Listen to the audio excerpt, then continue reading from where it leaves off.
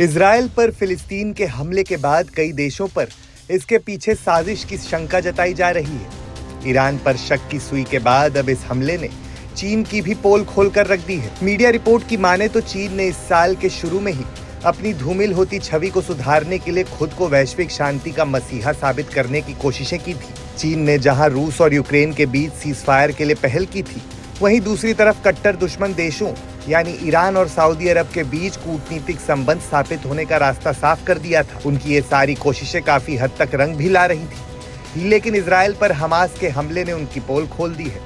दरअसल हमास के हमले के बाद चीन की तरफ से जो बयान आया, उसमें न तो आतंकी संगठन की हरकत का जिक्र था और न ही शांति स्थापित करवाने की किसी कोशिश का।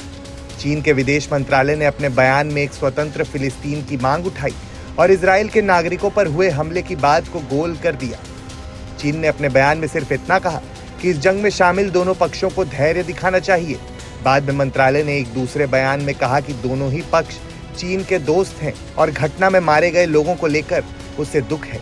इजराइल को चीन का ये बयान बिल्कुल पसंद नहीं आया और उसने कहा कि बीजिंग की तरफ से ऐसी बातें सुनकर निराशा हुई है। दूसरी तरफ अमेरिका ने भी इजराइल के प्रति किसी तरह की सहानुभूति न दिखाने के लिए चीन की आलोचना की। हालांकि इन सब के बीच सवाल ये उठता है कि जो जिनपिंग कुछ महीने पहले तक शांति के मसीहा बनने की कोशिश कर रहे थे, इतने बड़े संकट के दौरान अपनी तरफ से कुछ कह क्यों नहीं रहे हैं? आखिर वह इस स्थिति से बाहर निकलने के किसी रास्ते के बारे में बात तक क्यों नहीं कर रहे हैं?